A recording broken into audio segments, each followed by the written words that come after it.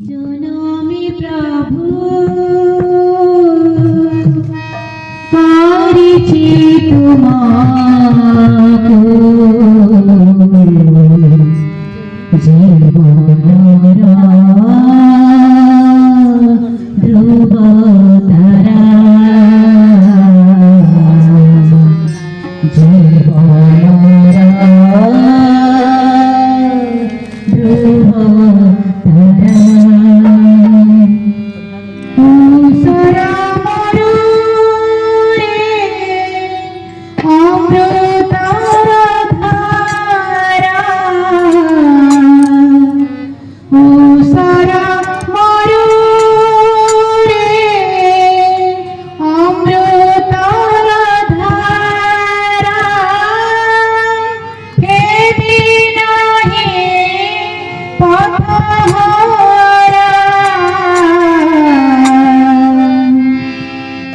জনমে প্রভু করেছি তোমাকে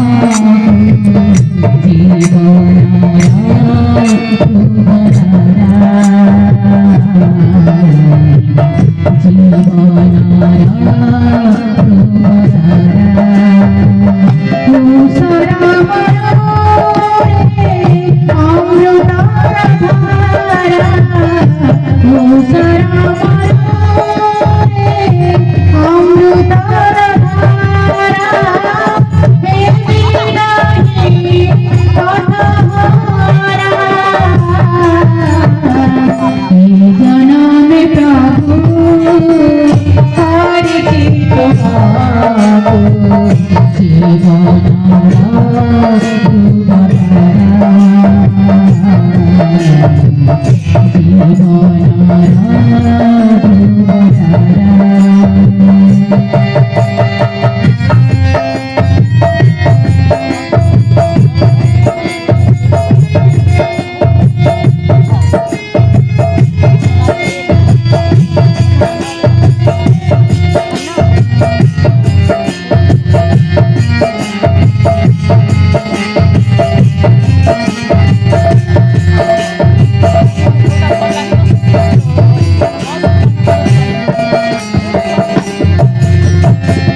বঞ্চিবা পড়িবা পথরে জনমে প্রভু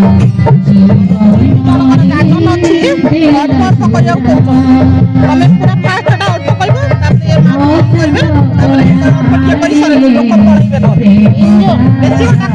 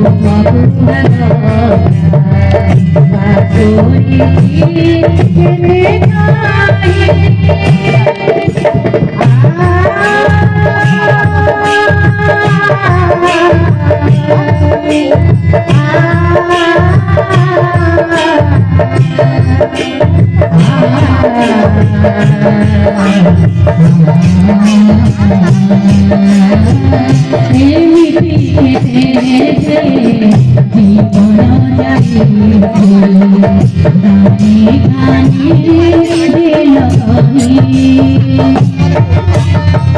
বুঝিল পাইনি তোমার কথা বাকরি দেখানি এছাড়া বুঝেছি পরম দয়াল এছাড়া বুঝেছি পরম দয়াল তোমারি জনমে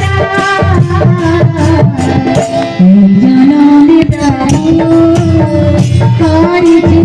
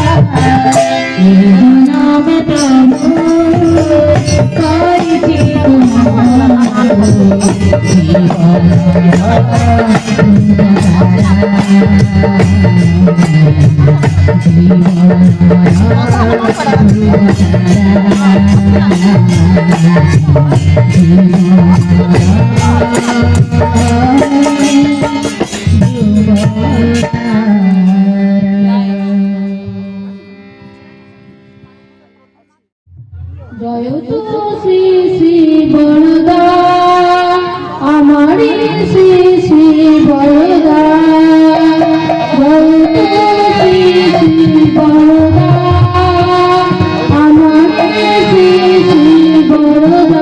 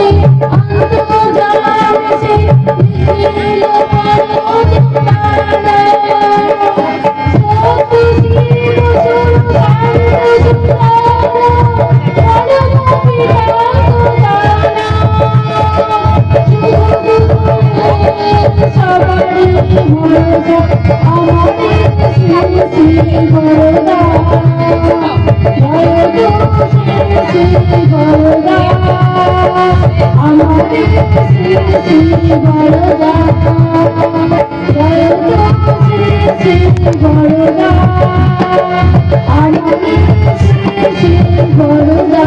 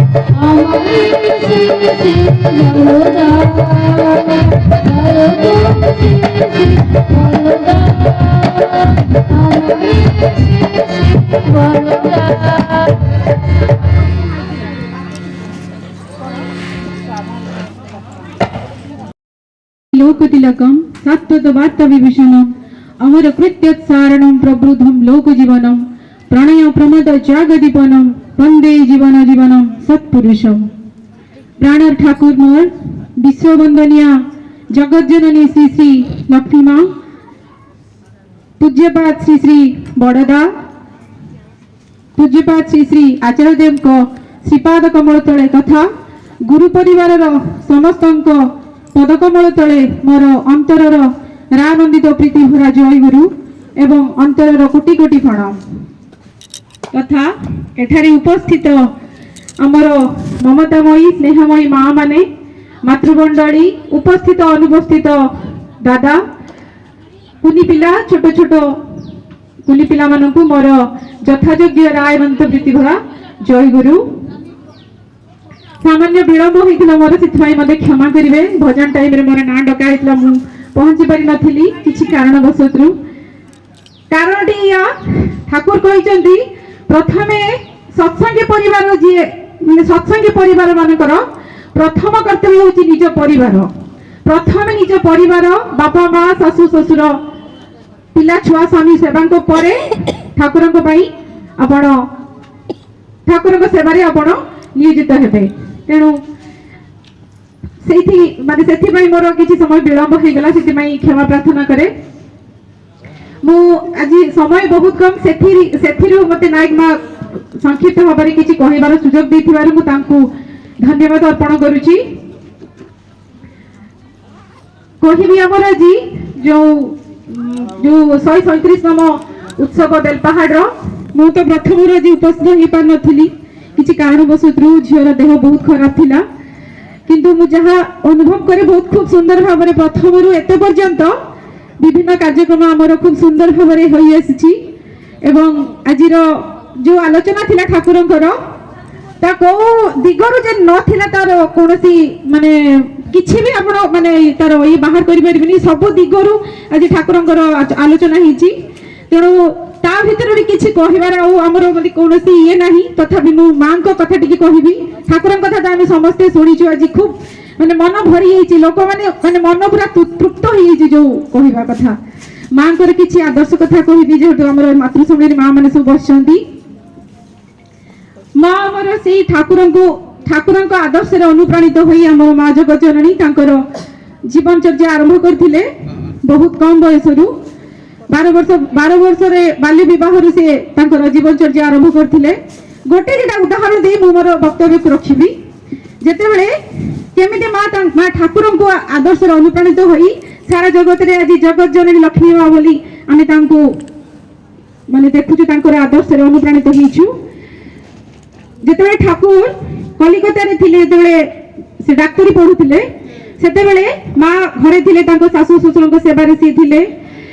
ମା ଠାକୁର ତାଙ୍କୁ ସବୁବେଳେ ଚିଠିରେ ତାଙ୍କର ମେସେଜ ଗୁଡା ପହଞ୍ଚାଉଥିଲେ। ତାଙ୍କର ବିଭିନ୍ନ ପ୍ରକାର ମାନେ ଯୋଉ ଇମୋସନ, ମାନେ ଲୋକଙ୍କ ପ୍ରତି ଯୋଉ ଚର୍ଯା, ଭଲ ପାଇବା, ଲୋକଙ୍କ ପ୍ରତି ସେବା ଚିଠି ମାଧ୍ୟମରେ ସିଏ ମାଙ୍କୁ କହୁଥିଲେ ଏବଂ ମାଙ୍କ ଠାରୁ ସବୁ ତାଙ୍କର ଯୋଉ ଇଏ ସବୁ ନଉଥିଲେ। ତ ଥରେ କଣ ହେଇଛି, ଏମିତି ମା ଥରେ ଗୋଟେ ଚିଠି ଆସିଛି ଠାକୁରଙ୍କର। ମା ପଢିକି ଠାକୁରଙ୍କ ଚିଠିଟି ତାଙ୍କ ଆଖିରୁ ଧାର ଧାର ହୋଇ ଅଶ୍ରୁ ବହି ଯାଇଛି। କଣ ହେଇଛି, ଥରେ ସେ କଥାଟା ମୁଁ ପରେ କହିବି, ପ୍ରଥମେ ତାର ମାନେ କାରଣଟା କଣ ଥିଲା ମୁଁ ସେଇଟା ମୁଁ ପହିଲା ଆগে କହୁଛି। ଥରେ କଣ ହେଇଛି, ମାନେ ମା ଏମିତି ଆସିଛନ୍ତି, ତାଙ୍କର ଯୋଉ ଶାଶୁ ତାଙ୍କୁ ଖାଇବାକୁ ଦଉଛନ୍ତି, ହେଲା ଖାଇବାକୁ ଦଉଛନ୍ତି। ସେ ଖାଇବାକୁ ଦବା ଭିତରେ ସବୁବେଳେ ମାଙ୍କୁ ସେ ବହୁତ ଶ୍ରଦ୍ଧାରେ ସେ ତାଙ୍କ ଶାଶୁ ଶ୍ୱଶୁରଙ୍କ ସେବା କରନ୍ତି, ଖାଇବାକୁ ଦଉଛନ୍ତି। ଏମିତି ଖାଇବାକୁ ଦଉ ଦଉ ସବୁବେଳେ ତ ସେ ଏମିତି ମୁଣ୍ଡରେ ଅଢଣା ଦେଇଥାନ୍ତି। ସେଦିନ କଣ ହେଇଛି, ଏମିତି ଅଢଣାଟି ଟିକେ ଖସି ଯାଇଛି।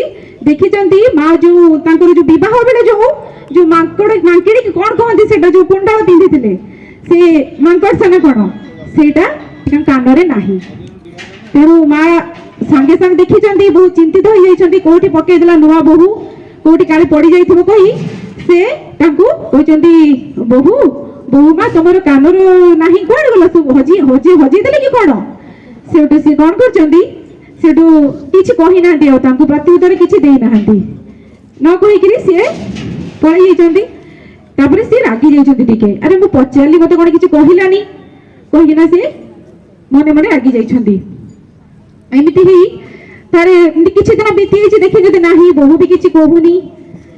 ଦିନେ କଣ ହେଇଛି, ସେ ବହୁତ ଥର ତାଙ୍କୁ ରାଗିକି ପଚାରୁଛନ୍ତି, ରାଗିକିନା ମାନେ ତାଙ୍କୁ ଟିକେ ମାନେ ଅବିଶ୍ୱାସ କେବେ କରିନାହାନ୍ତି। ଯେହେତୁ ସେଦିନ ସେ ବାରମ୍ବାର ପଚାରିଲା ପରେ ବି ସେ ତାଙ୍କୁ ପ୍ରତ୍ୟୁତ୍ତର ଦେଇନାହାନ୍ତି, ତାଙ୍କୁ କହିନାହାନ୍ତି ଜିନିଷଟି କୁଆଡେ ଗଲା, ତ ସିଏ ମନେ ମନେ କ୍ରୋଧିତ ହେଇଯାଇଛନ୍ତି। ତ ଏମିତି ଦିନେ ବସିଛନ୍ତି, ମା ନାହାନ୍ତି, ଯାଇଛନ୍ତି ପାଣି ଆଣିବାକୁ। ତା ମଧ୍ୟରେ ତାଙ୍କର ମାନେ ପାଖ ପଡିଶା ଜଣେ ଦାଦା ଜଣେ ଆସିକି ସେ କାନର ଯୋଉ କୁଣ୍ଡଳ ତାଙ୍କର ଯୋଉ ମା ଦେଇଥିଲେ, ତାଙ୍କୁ ଆସିକି ତାଙ୍କ ଶାଶୁ ତାଙ୍କ ଯୋଉ ନାତିକୁ ଧରିକି ବାହାରେ ବସନ୍ତି, ଯୋଉ ଦାନ ପିଣ୍ଡାରେ ଯେମିତି ବସନ୍ତି, ଯୋଉ ସେଠି ବସିକିନା ତାଙ୍କୁ ଖେଳଉଛନ୍ତି। ସେଠି ଆସିକି ତାଙ୍କ ପଡୋଶୀ ଜଣେ ତାଙ୍କୁ କୁଣ୍ଡଳି ଧରିକି ତାଙ୍କ ସ୍ତ୍ରୀ ସାଙ୍ଗରେ ଆସିକି ରହୁଛନ୍ତି, ମା ଏଇଟା ମା ଦେଇଥିଲେ, ଆପଣ ନିଅନ୍ତୁ, ମୋର ଯୋଉଥିପାଇଁ ଦେଇଥିଲେ ମୋର ସେଇ କାମଟି ହେଇଗଲା, ସେଥିପାଇଁ ବହୁତ ବହୁତ ଧନ୍ୟବାଦ ଆପଣ। ମୁଁ ବହୁତ ଅସୁବିଧାରେ ଥିଲି ଯୋଉ ଟାଇମରେ, ସେଇ ଟାଇମରେ ମା ମତେ ସାହାଯ୍ୟ କରିଥିଲେ। ତେଣୁ ତାଙ୍କୁ ମୋର ମାନେ ଅଶେଷ ଧନ୍ୟବାଦ କହିଦେବେ। ଆଉ ତାଙ୍କ ଆଖିରୁ ଧାର ଧାର ଲୁହ ହେଇକି ବହି ଯାଉଛି ସେ କଥା ଗୁଡା ସବୁ। ସେ ତାଙ୍କୁ କହିକିନା ସେ କାନ ଫୁଲଟି ତାକୁ ଫେରି ଦଉଛନ୍ତି। ସେଠୁ ସିଏ ଦେଖିକିନା ସେଠୁ ଅବାକ ହେଇଯାଇଛନ୍ତି, କହିଲେ କାନ ଫୁଲ କଣ ହେଲା, କାହିଁ ବୋହୂ ତ ମତେ କିଛି କହିନି। ମୁଁ ତାକୁ ପଚାରୁଛି କାନ ଫୁଲ କୁଆଡେ ଗଲା, ନା ଆପଣଙ୍କୁ କିଛି କହିନାହାନ୍ତି ଆପଣଙ୍କ ବୋହୂ? ନା ନାଇଁ ମା, ସିଏ ଯୋଉ ନାଇଁରେ କିଛି ତ ମତେ କହିନି, ମୁଁ ତ ରାଗି ଯାଇଥିଲି ତାକୁ ମନେ ମନେ। ତ ନାଇଁ ଆପଣଙ୍କୁ କହିନଥିବେ, କିନ୍ତୁ ଯେତେବେଳେ ମା ଏଇ କାନଫୁଲ ଦେଇଥିଲେ, ସେତେବେଳେ ମୋ ପୁଅର ଦେହଟି ବହୁତ ଖରାପ ଥିଲା। ଠାକୁର ତ ନାହାନ୍ତି ଯେ ତାଙ୍କୁ ପଚାରିକି ମୁଁ କୌଣସି ଔଷଧ ତାକୁ ଦେଇପାରିବି, ଠାକୁର ତ ଏଠି ନାହାନ୍ତି, କେମିତି ମୁଁ କାହାକୁ ଜଣେଇବି ମୋ ଦୁଃଖର କଥା? ପଇସା ପତ୍ର ମୋ ପାଖରେ କିଛି ନାହିଁ, ତାକୁ କୋଉଠି ନେଇକି ମୁଁ ଯିବି? ତେଣୁ ମୁଁ ମାଙ୍କ ପାଖକୁ ଧାଇଁ ଆସିଥିଲି, କାଳେ ମା ମୋର କିଛି ସାହାଯ୍ୟ କରିପାରିବେ। ସେଠୁ ମା ମତେ କାହାକୁ କିଛି ନ କହିକି ତାଙ୍କ କାନରୁ ମୁଁ ତାଙ୍କୁ ଅସୁବିଧାଟି ଏଇଆ କହିଥିଲି। ସିଏ ମୋ ଅସୁବିଧା ଶୁଣିକିନା ତାଙ୍କ ଆଖିରୁ ଧାର ଧାର ହେଇକି ଲୁହ ବହି ଯାଇଥିଲା। ଆଉ ସିଏ ତ ମତେ କୌଣସି ପ୍ରତିକାର ଦେଇପାରିନଥିଲେ, ଖାଲି କହିଥିଲେ, ବାବାରେ ନେଇଯାଅ, ଏଇ କାନ ଫୁଲଟି ଯଦି ହୁଏତ ତମର କିଛି ସାହାଯ୍ୟ କରିପାରିବ ଟଙ୍କା ମାଧ୍ୟମରେ। ସେଠୁ ସେ କାନ ଫୁଲଟି ତାଙ୍କୁ ଏତିକି କହି ଆଉ ତାଙ୍କ ଶାଶୁଙ୍କ ହାତକୁ ସେ ଦେଇ ଦେଇଛନ୍ତି। ତାଙ୍କ ଶାଶୁ ସେ କାନ ଫୁଲଟିକୁ ଧରିଛନ୍ତି, ଆଉ ଆଖିରୁ ତାଙ୍କର ଧାର ଧାର ହେଇ ଲୁହ ବହି ଯାଉଛି। ଯୋଉ କ୍ରୋଧ ତାଙ୍କ ମନରେ ଥିଲା ତାଙ୍କ ବୋହୂକୁ ନେଇକିନା, ତ ସେଇ କ୍ରୋଧ ଗୁଡା ମାନେ ଅତି ସ୍ନେହ ଦୟା ଯୋଉ ଭାବର ହେଇକି ମାନେ ଭାବାୟିତ ହେଇକି ସେଟା ସବୁ ଅଶ୍ରୁ ଭାବରେ ତାଙ୍କ ଆଖିରୁ ଧାର ଧାର ହେଇ ବହି ଯାଉଛି।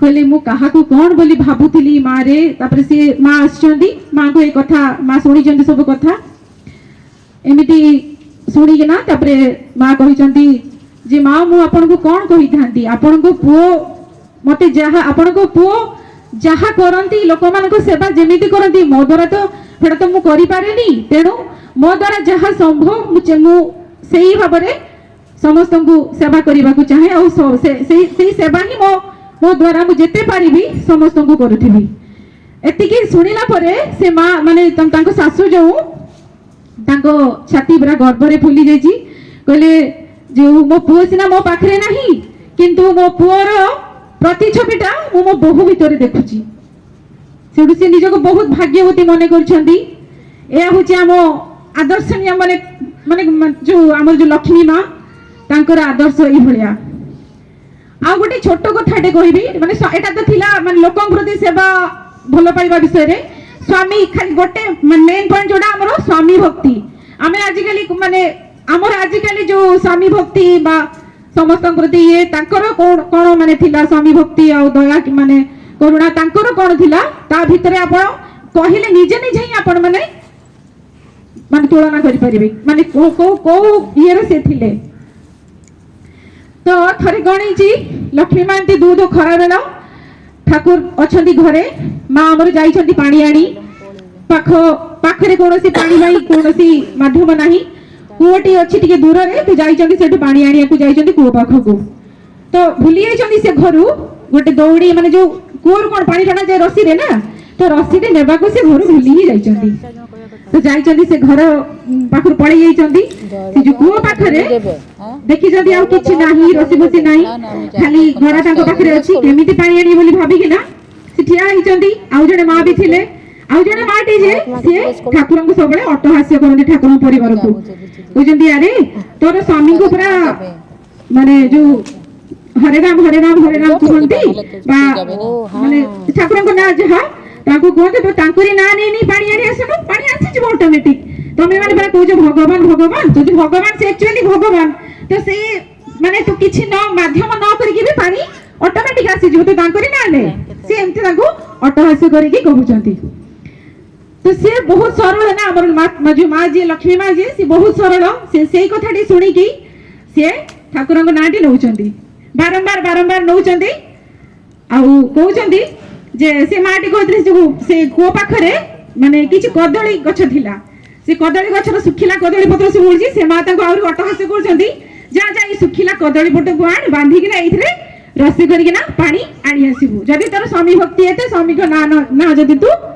देखिना एते तोर विश्वास जदी अछि तो सी हमर माँ सरलमयी माँ सेई कामटी करचंती कदली पत्र को आनिचंती बांधी की गरा रे कदली पत्र रसी हबो कि के आपण निज गोदामे पारिबु की तो सी कोन कहचंती सेटा को रसी बनी के गरा रे बांधी कि ना को भीतर को पकेचंती को भीतर को पके कि ना ठाकुर को ना नउचंती बारंबार ठाकुर को ना नै की को भीतर पानी बाहर करचंती आ सत को सत से कदली पटुआटी माध्यम रे गरा रे पानी भर्ती हेई ऊपर को उठी चली सी जो पाखरे जो छिड़ा हेते तांकर जो पड़ोसी अट्टहास्य करथिले सी देखि की पूरा अबाक अरे मुआ को माने क्रिटिसाइज करूथली अट्टहास्य करी कहूथली ए कोन सत को सत कदली पटर पानी आनी आसिला से तांको मने मने बहुत अपमान लागिछि माने अपमान रे सी आ किछि कहि पारि नाहंती सेठू तांको पाखरे तांको अनै की रहिचंती आउ पळे आछंती सेठू मने मने भाबिचंती जे सत्तरे जदी ठाकुर हेगिना को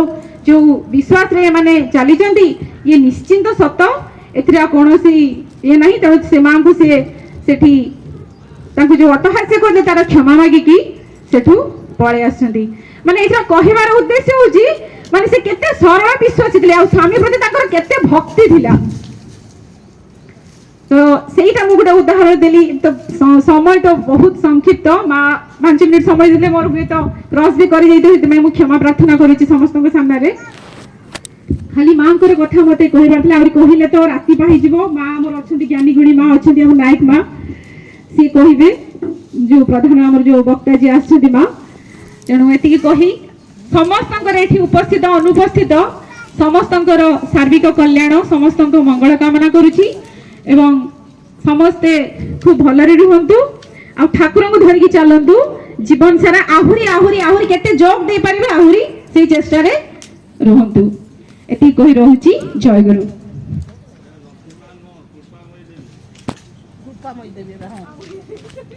ଠାକୁରଙ୍କ କଥା ନୁହଁ କୃପାମୟ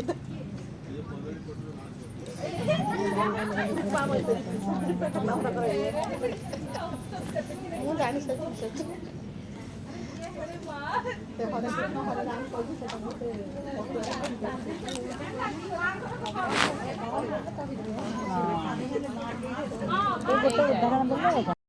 ଛୋଟ ଛୋଟ ପିଲାମାନେ ସମସ୍ତଙ୍କୁ ମୋର ଅନ୍ତରର ପ୍ରୀତି ଏବଂ ଜୟଗୁରୁ। ସୁନ୍ଦର ଭାବରେ ସକାଳୁ ଏପର୍ଯ୍ୟନ୍ତ ସବୁ ଏ ବେଲପାହାଡ଼ର ଆଖପାଖର ଭାଇ ମା ମାନଙ୍କ ଅତ୍ୟନ୍ତ ଆପ୍ରାଣ ଚେଷ୍ଟାରେ ସୁନ୍ଦର ଭାବରେ ଆଜି ଏହି ଉତ୍ସବଟିକି ସାଫଲ୍ୟ ମଣ୍ଡିତ କରିଛନ୍ତି। ସବୁ ଭାଇ ମା ମାନଙ୍କୁ ମୋର ଠାକୁରଙ୍କ ତରଫରୁ ଅନେକ ଅନେକ ଶୁଭେଚ୍ଛା ଏବଂ ସମସ୍ତଙ୍କ ପରିବାର ସୁଖ ଶାନ୍ତି ଆନନ୍ଦ ଅନୁଭବ କରନ୍ତୁ। ଏଇଭଳି ଭାବରେ ଠାକୁରଙ୍କ କାମରେ ସମସ୍ତେ ଝାମ୍ପ ଦେଇ ନିଜର ଦୁଃଖ ଶୋକ ରୋଗରୁ ରକ୍ଷା ପାଆନ୍ତୁ। ଏହା ହିଁ ପରମ ପିତାଙ୍କ ପାଖରେ ମୋର ପ୍ରାର୍ଥନା। ସୁନ୍ଦର ଭାବରେ ଆମର ଭଜନ କୀର୍ତ୍ତନ ଏବଂ ଗ୍ରନ୍ଥ ପାଠ ତାପରେ ସର୍ବୋପରି ମା ମାନଙ୍କର ଆଲୋଚନା ବହୁତ ଉଚ୍ଚ କୋଟିର। ଯାହା ମା ମାନେ ଆମେ ବିଭିନ୍ନ ପ୍ରକାର କଥା ଶୁଣୁ ତ ସଠିକଟା କହିପାରୁନା, ଘର ଜଞ୍ଜାଳ ଭିତରେ ଭୁଲଭାଲ ଟିକେ ହେଇଯାଏ। ସବୁ ଭାଇ ମା ମାନେ ଯେଉଁ ଜ୍ଞାନୀ ଗୁଣୀ ମା ମାନେ ଅଛନ୍ତି ସେମାନେ ନିଶ୍ଚିନ୍ତ ଭାବରେ କ୍ଷମା ଦେବେ। ଆମର ପ୍ରତାମିନୀ ସାହୁ ମା ସୁନ୍ଦର ଭାବରେ ଆଲୋଚନା କଲେ, କର ମା ବି ବହୁତ ସୁନ୍ଦର ଭାବରେ ଆଲୋଚନା କଲେ, ସୁଚିସ୍ମିତା ମା ତାଙ୍କର ପରିବାର ତ ସବୁ ଯାଜନମୟ, ତାଙ୍କୁ ଆଉ କ'ଣ କହିବା। କିନ୍ତୁ ଯାହା କହିଲେ ସବୁ ଭଲ କହିଲେ। ଯେଉଁ ମାଙ୍କର ଯେଉଁ କାନଫୁଲ କଥା କହିଲେ ସେଟା ମାଙ୍କିଡ଼ି କୁହନ୍ତି, ମାଙ୍କିଡ଼ି। ସେ କାନଫୁଲଟା ମାଙ୍କିଡ଼ି ବହୁତ ପୁରୁଣା କାଳରେ ଆମ ଆଈମାନେ ଥିଲେ ଯେଉଁ ମୋଟା ଧରଣର ସେଟା ତିଆରି ହେଇଥାଏ କିନ୍ତୁ ହାତର ବଳା ପିନ୍ଧିଲା ଭଳିଆ, ଆଉ ତା ତଳର ଉପରଟା ବହୁତ ପତଳା ଥାଏ, ଯୋଉ ଏଇଟା ପଶିବା ପାଇଁ କାନରେ ଯୋଉଟା ସେଟା ଗୋଟେ ମାଙ୍କିଡ଼ି ତାକୁ କୁହନ୍ତି। ବାସ୍ତବିକ ଭାବରେ ସେ ମାଙ୍କିଡ଼ିଟା ବଡ ମା ଦେଇନଥିଲେ ସେ ଭାଇଙ୍କୁ, ସେଟା ଠାକୁର ବଡ ମାଙ୍କଠୁ ନେଇକି ଦେଇଥିଲେ। ମାନେ ମୁଁ ଜାଣିବାରେ କ'ଣ ହେଇପାରେ ମୁଁ କହିପାରିବି ନାହିଁ, ଏଇଟା ବୋଧେ ବାସ୍ତବିକ କଥା। ବଡ ମାଙ୍କ ପାଖରୁ ଠାକୁର ନେଇକି ଦେଇଥିଲେ ସେ ଭାଇଙ୍କୁ। ସେ ଭାଇଙ୍କର ପୁଅର ଦେହ ବହୁତ ଅସୁସ୍ଥ ଥିଲା। ଯାହା ହଉ ସୁନ୍ଦର ଭାବରେ ମା ବହୁତ ଥର ଆଲୋଚନା ହେଇଛି ଯେ ଠାକୁର ଆସିକି ବଡ ମାଙ୍କୁ ବହୁତ ମନ ଦୁଃଖରେ ପଚାରୁଥିଲେ, ଆଉ ସେଇଟା ବୋଧେ ଆଲୋଚନା ହୁଏ। ସେ ପଢିଥିବେ ଯଦି ଠିକ କହୁଥିବେ, କିନ୍ତୁ ମୁଁ ବି ଏଇଆ ଜାଣୁଥିଲି। ଯାହା ହଉ ସୁନ୍ଦର ଭାବରେ ମା ଆମର ଆଲୋଚନା କରିଛନ୍ତି, ସେଥିଲାଗି ତାଙ୍କୁ ଧନ୍ୟବାଦ। ଗୋପବନ୍ଧୁ ଭାଇ ଯିଏ ଆସିଥିଲେ ତାଙ୍କ ଶ୍ୱଶୁର ବେଲପାହାଡ଼କୁ ଯେଉଁ ଆସିଥିଲେ ତାଙ୍କର ଦେଢ଼ଶୁର, ସିଏ ଆମେ ରାଉରକେଲା ରହିଲା ବେଳେ ପାଖରେ ଥିଲେ। ସେ ଯେଉଁ ବର୍ଷ ବାହା ହେଇକି ଜଷ୍ଟ ଆସିଲେ, ଆଉ ଆମେ ସେତେବେଳେ ଟ୍ରାନ୍ସଫର ହେଲୁ। ଯେଉଁ ଆସିଥିଲେ ଶାନ୍ତନୁ ଭାଇ, ଆଉ ଇଏ ହେଉଛନ୍ତି ବିଜନ ଭାଇ, ଆଉ ତାଙ୍କର ଗାଁରେ ବି ଭାଇ ଅଛନ୍ତି, ସମସ୍ତେ ତାଙ୍କର କର୍ମୀ। ଆଉ ସେ ଭାଇ ଯେଉଁ ଆମର ଗୋପବନ୍ଧୁ ଭାଇଙ୍କ ଯାଜନ ଯେଉଁଠି ସେ ଆସନ୍ତି ବହୁତ ଦୂର ହେଲେ ମଧ୍ୟ ମୋତେ ଯିବାକୁ ଭାରି ଇଚ୍ଛା ଲାଗେ। ତାଙ୍କର କହିବାର ଭାବ ଶୈଳୀ ଆଉ ଏତେ ପ୍ରାଞ୍ଜଳ ଭାବରେ ସେ ଓଡ଼ିଆର ଅନୁବାଦ ଗୁଡ଼ା କରନ୍ତି। ତାଙ୍କୁ ଯେଉଁ ଆମର ଯେଉଁ ଭୁବନେଶ୍ୱର ସତ୍ସଙ୍ଗ ବିହାରର ଯେଉଁ ଅନଲାଇନ୍ ସତ୍ସଙ୍ଗ ହୁଏ ଆମେ ସବୁବେଳେ ବସିକି ଶୁଣୁ। ଏଇ କେତେ ଦିନ ତଳେ ଏଇ ଯେଉଁ ଟପିକ୍ କହୁଥିଲେ ପ୍ରାୟ ସେଇ ଟପିକ୍ଟା ସେ ଆଲୋଚନାରେ ମଧ୍ୟ କହୁଥିଲେ। ସେଇ ଯେଉଁ ଆମର କାଚକୁ ସୂର୍ଯ୍ୟ କିରଣ ପୋଡ଼ି ଦେଉଛି, ସବୁ ବିଭିନ୍ନ ପ୍ରକାର ଯେଉଁ ଆଲୋଚନା ଗୁଡ଼ା ସେଥିରେ କରନ୍ତି ଗୋପବନ୍ଧୁ ଭାଇ। ତାଙ୍କର କହିବାର ଶୈଳୀ, ଯେଉଁଠି କାନ୍ଦିବା କଥା କାନ୍ଦି ପକାଇବେ, ଯେଉଁଠି ହସିବା କଥା ହସି ପକାଇବେ। ତାଙ୍କର ମାନେ ଭାବ ଭଙ୍ଗୀ ଆଚାର ବ୍ୟବହାର ଏଡ଼େ ସୁନ୍ଦର କରି ସେ କହନ୍ତି, ବସିଲେ ମାନେ ଶୁଣିଲେ ଆଉ ଉଠିବାକୁ ଇଚ୍ଛା ହୁଏନି। ତାଙ୍କର ଯାଜନ ଗୁଡ଼ା ବାସ୍ତବିକ ଭାବରେ ଯେଉଁ ବାପା ମା ନିଷ୍ଠାପର ଭାବରେ ଠାକୁରଙ୍କୁ ଧରିଥାନ୍ତି ତାଙ୍କର ପୁଅ ଝିଅମାନେ କ'ଣ ହୁଅନ୍ତି, ଏହା ହିଁ ଉଦାହରଣ। ଆଉ କହିବାକୁ ପଡ଼ିବନି ବେଶୀ କିଛି। ଯାହା ହଉ ସେଇ ବଡ଼ ମାଙ୍କର କଥା ସୁନ୍ଦର ଭାବରେ ମା ମାନେ ସମସ୍ତେ କିଛି ନା କିଛି ଜାଣିଛନ୍ତି। କିଏ କହିପାରୁନି ଠିଆ ହେଇକି, କାହାକୁ ସୁଯୋଗ ମିଳୁନି। ମୋର ଗୋଟେ କଥା କହିବାର ଅଛି ସବୁ ମା ମାନଙ୍କୁ ଏଇଠି, ମୁଁ ତ ସବୁବେଳେ ତ ଯାଜନ ହେଉଛି, ବାସ୍ତବିକ କଥା ଗୋଟେ କହୁଛି। ଆମେ ଯେତେବେଳେ ରାଉରକେଲା ଥିଲୁ ସେତେବେଳେ ନୂଆ ନୂଆ ମାତୃଶୁଣୀ ଷ୍ଟାର୍ଟ ହେଇଥିଲା। ଆମେ ଭୁବନେଶ୍ୱରରୁ ଗୋଟେ ମହାନ୍ତି ଭାଇ ବୋଲି ଥିଲେ, ସେ 4 ଜଣ ମାଙ୍କୁ ନେଇ ମାତୃଶୁଣୀ କରୁଥିଲେ। ଆମର NC ଦାସ ଭାଇ ବୋଲି ଥିଲେ ରାଉରକେଲା ଜଣେ, ତାଙ୍କ ସହିତ ଆମେ ଯାଇଥିଲୁ ତାଙ୍କ ସେ ଘରକୁ। ସେ ଭାଇଟି 4ଟା ମାଆଙ୍କୁ ନେଇକି ଗୋଟେ ଆମେ କହିଲୁ ସେତେବେଳେ ଆଶ୍ଚର୍ଯ୍ୟ ହେଇଗଲୁ ମାତୃଶୂନ୍ୟନୀ ଗୋଟେ କ'ଣ। ବହୁତ ଦିନ ତଳର କଥା କହୁଛି, 30-35 ବର୍ଷ ହବ କି କେତେ ହବ କହିପାରିବୁନି। ସେତେବେଳେ କହିଲୁ ମାତୃଶୂନ୍ୟନୀ ଗୋଟେ କ'ଣ। ଦେଖିଲୁ ଭଜନ କୀର୍ତ୍ତନ ଆଲୋଚନା ଏମିତି ସବୁ ମାଆ ମାନେ ବିଭିନ୍ନ ପ୍ରକାର ତାଙ୍କୁ ସବୁ ସେ ଟ୍ରେନିଂ ଦେଉଥାନ୍ତି। ସେ ଭାଇ ଜଣକ ବସନ୍ତି, ଅଧ୍ୟକ୍ଷତା କରନ୍ତି, ମାଆ ମାନେ କହନ୍ତି। ସେଇଠୁ ସେ ଶିଖିକି NC ଦାସ ଭାଇ ଆସିକି ରାଉରକେଲା ଷ୍ଟାର୍ଟ କଲେ। ଆମେ 4-5 ଜଣ ମାଆ ଫାଷ୍ଟ ଆମେ ରାଉରକେଲା ଷ୍ଟାର୍ଟ କଲୁ ମାତୃଶୂନ୍ୟନୀ। ଏ ଖରାବେଳେ ସବୁ ବସନ୍ତୁ, ବସିକି ମାତୃଶୂନ୍ୟନୀ କିଛି ଆଲୋଚନା ହୁଏ। ସେଥିରେ NC ଦାସ ଭାଇ ରୁହନ୍ତି, ପ୍ରିଜାଇଡିଂ କରନ୍ତି। ସେ ଆମକୁ ସବୁ କୁହନ୍ତି। ଆଗରୁ ସବୁ ମାତୃଶୂନ୍ୟନୀ ହେଲା ବେଳେ ରୀତିକି ଦାଦା ମାନେ ବସନ୍ତି। ସେମିତି ସକ୍ରିୟ ମାଆ କେହି ନଥିଲେ ଯେ ଜଣେ ଲିଡ଼ିଂ କରିପାରିବ, ଭଜନ ଗାଇପାରିବ କି ଇଏ କରିବ। ଯେତେବେଳେ ରାଉରକେଲାରେ ଆମେ ମାନେ ରହୁଥିଲୁ ସେତେବେଳେ କାଳେ ଭଜନ କାହା କୋଉ ମାଆ ମାନଙ୍କୁ କହିଦେବେ। ତ୍ରିପାଠୀ ଦା ଥିଲେ, ପ୍ରଫୁଲ୍ଲ ତ୍ରିପାଠୀ ଦା ଥିଲେ ସେତେବେଳେ ରୀତିକି, ଏବେ ନାହାନ୍ତି। ସେ ସେତେବେଳେ ଯୋଉ ମାଆ ଆଗରେ ବସିଥିବେ ମଜା କରିବା ପାଇଁ କହିବେ ତୁ ଆଜି ଗୋଟେ ଭଜନ ଗା, ତୋ ସ୍ୱାମୀ ଏତେ ଭଲ କୀର୍ତ୍ତନ କରିଥିବେ ତୁ। ମୁଁ ଯେ ଭଜନ କୀର୍ତ୍ତନ ସରିଲା ପରେ ଆଗକୁ ଟିକେ ମାନେ ମଝିରେ ବସିବାକୁ ଆମେ ଆସୁ, ମାନେ ଏମିତି ଲାଗୁଥିଲା। କିନ୍ତୁ ଦେଖ ଯୁଗକୁ ଯୁଗ କେମିତି ପରିବର୍ତ୍ତନ ହୁଏ। ବର୍ତ୍ତମାନ ମାନେ ଛତୁ ଫୁଟିଲା ଭଳିଆ ଭଜନ କୀର୍ତ୍ତନ ଏବେ ହେଇଗଲାଣି। ଯାହାକୁ କହିବେ ସିଏ ଗାଇଦବ, ଯାହାକୁ କହିବେ ସେ ଯାଜନ କରିଦବ, ଯାହାକୁ କହିବେ ସିଏ କିଛି ନା କିଛି ଠାକୁରଙ୍କ କଥା କହିଦବ। ଠାକୁରଙ୍କ ସହିତ ଆମେ ପୁରା ଅଙ୍ଗାଅଙ୍ଗୀ ଭାବେ ଯେମିତି ଜଡ଼ିତ ହେଇଗଲେଣି। ପ୍ରତିଦିନ ନାରୀ ଜୟନ୍ତୀ ପଢୁଛନ୍ତି, ସତ୍ୟାନୁଷ୍ଠାନ ପଢୁଛନ୍ତି, ପ୍ରାର୍ଥନା କରୁଛନ୍ତି, ମାନେ ତାଙ୍କରି ବିଷୟରେ ଆଲୋଚନା କରୁଛନ୍ତି। ବିଭିନ୍ନ ଆଡ଼େ ସତ୍ସଙ୍ଗ ହେଲେ ଆମେ ଯାଇକି ଶୁଣୁଛନ୍ତି, ଯେଉଁ ବକ୍ତା ମାନେ ଆସୁଛନ୍ତି ତାଙ୍କଠାରୁ କିଛି ଶିକ୍ଷା ଆହରଣ କରୁଛନ୍ତି। ଏହିପରି ଭାବରେ ମୁଁ କହିବା କଥା କି ରାଉରକେଲାରେ ସେତେବେଳେ ଗୋଟେ ବଡ଼ ମାତୃଶୂନ୍ୟନୀ ଆମର ବାର୍ଷିକ ଉତ୍ସବ ଗୋଟେ କରାହେଲା। ମାତୃଶୂନ୍ୟ ବର୍ଷକୁ ଗୋଟେ ବାର୍ଷିକ ଉତ୍ସବ କରାହେଲା। ସେଥିରେ ସବୁ ମାଆ ମାନେ କହିଲେ ଆମେ ଗାଇବୁ, ସିଏ କହିଲା ମୁଁ ଗାଇବି, ସିଏ ନାରୀ ଜୟନ୍ତୀ ପଢିବ। ଏଇଭଳିଆ ଭାବରେ ମାଆ ମାନଙ୍କ ଭିତରେ ତୁମୁଳ ମାନେ ଚାଲିଲା କଥା କଟାକଟି। କ'ଣ କରାହବ ସେତେବେଳେ ଆମର ବସନ୍ତ ଜେନା ସାର୍ ଥାନ୍ତି, ସେ ହେଉଛନ୍ତି ପ୍ରିନ୍ସିପାଲ ଜଣେ। ସେ ତାଙ୍କୁ ଡକା ହେଲା, ସେ DAV ସ୍କୁଲର ସେ ଥିଲେ ମାନେ ଟିଚର। ତାଙ୍କୁ ଡକା ହେଲା, ଆଉ 2 ଜଣ ରୀତିକି ବସିଲେ। ସେ କହିଲେ ସବୁ ଆମେ ଆଲୋଚନା ହବ 2 ମିନିଟ୍, କିଏ କେତେ ସ୍ପିଡରେ କହିପାରେ। 2 ମିନିଟ୍ ଆଲୋଚନା ଦିଆହବ। ସେ ସେତେବେଳେ ଶିଖେଇଲେ କେମିତି ସାଙ୍ଗେ ସାଙ୍ଗେ ଯାଇ ଆଲୋଚନା କରିବ। ମୁଁ ଏଇଟା କହୁଛି ଯେ ଆମେ ମାନେ ଯୋଉ ଭଳିଆ ହେଲେଣି ଆମକୁ କମ ଟାଇମ ଭିତରେ କିନ୍ତୁ ସମସ୍ତେ ଚାନ୍ସ ପାଇବେ, ସେଇଟା କହିବା ଶୈଳୀ ଏଇଟା କହିବା ଉଦ୍ଦେଶ୍ୟ। ମାନେ ଯେ ଯିଏ ଯାଜନ କରିବାକୁ ଯିବ ସେ ଆଉ ଠାକୁର ପ୍ରଣାମୀ ଯୋଉ ଗୁରୁ ବନ୍ଦନାଠୁ ଯେମିତି ଠାକୁରଙ୍କର ପ୍ରଣାମୀ, ମାଙ୍କର ପ୍ରଣାମୀ ଯୋଉଗୁଡ଼ା ଅଛି ସେଗୁଡ଼ା ସେ ଆଉ କରିବନି। ଜଷ୍ଟ ଯିବ ଠାକୁରଙ୍କୁ ଏମିତି ପ୍ରଣାମ କରିବ, ମା ମାନଙ୍କୁ ପ୍ରଣାମ କରିବ, ତାର ଟପିକ ଉପରେ ଆଲୋଚନା କରିବ। ଠିକ ଠାକୁରଙ୍କର ବଡ଼ ମାଙ୍କର କଥା ସେ କ'ଣ ଜାଣିଛି ସେ ଟପିକ ଉପରେ ଆଲୋଚନା କରିବ। ଏଇଭଳି ଭାବରେ 10 ଜଣ ରହିଲେ ଯାଜନରେ। 15-20 ମିନିଟ୍ ଭିତରେ 10-12 ଜଣଙ୍କୁ ସେ ଯାଜନରେ ରଖିଲେ। ତାପରେ ଭଜନ ସବୁ ଯୋଉଟା ବଡ଼ ଭଜନ ଥିଲା ସବୁ 2 ପଦ ଲେଖା ତା ଦେହରୁ କାଟିଦେଲେ।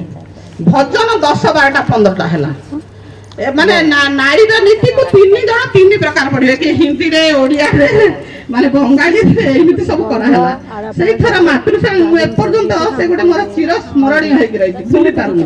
କିନ୍ତୁ ଆମେ ମାନେ କ'ଣ କହୁଛନ୍ତି, ଆମକୁ ଯଦି ଚାନ୍ସ ମିଳୁଛି ଯେତେ ବଡ଼ ଭଜନ ସବୁ ଆମର, ଆମେ ଏକା ଗାଇବୁ, ଆଉ 5 ଜଣ ବସିଥାନ୍ତୁ। ଯଦି ବଡ଼ ଭଜନ ଅଛି ଯଦି ବଡ଼ କୀର୍ତ୍ତନ ହେଇକି ତା ଦେହରୁ ମଧ୍ୟ ମାନେ ଗୋଟେ ପଦ କାଟିଦେଲେ ବି ବହୁତ ସୁନ୍ଦର ହବ। ଯଦି ଯାଜନ ଦିଆ ହେଇଛି ସବୁଥିରୁ ବି ଆମେ ଟିକେ ଏଇ ସବୁ ଆମ ମା ମାନେ ଶିକ୍ଷା କରିବା ଦରକାର।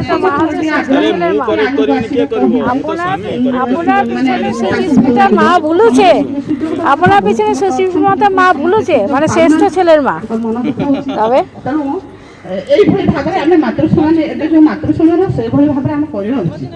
ଯାହା ସେଇ ବଡ଼ ମାଙ୍କର କଥା ବହୁତ ସୁନ୍ଦର ଭାବରେ ମା ମାନେ ଯୋଉ ଆଲୋଚନା କରୁଥିଲେ ସେଥିରେ ଅଛି ସତୀତ୍ୱ ଦ୍ୱାରା ସ୍ୱଭାବ ସିଦ୍ଧ ଚର୍ଯା ପଟୁ ମନ ଜଗଦ୍ଧାତ୍ରୀ ମୂର୍ତ୍ତ ଝିଅ ସଂସାର ଜୀବନ ଲକ୍ଷେ କାମରେ ବ୍ୟସ୍ତ ରହିବେ ସ୍ୱାମୀ ସୁହାଗ ଘରେ କେଉଁ ଫାଙ୍କରେ ସମୟ କାଢ଼ି ସ୍ୱାମୀର ସେବା କରେ।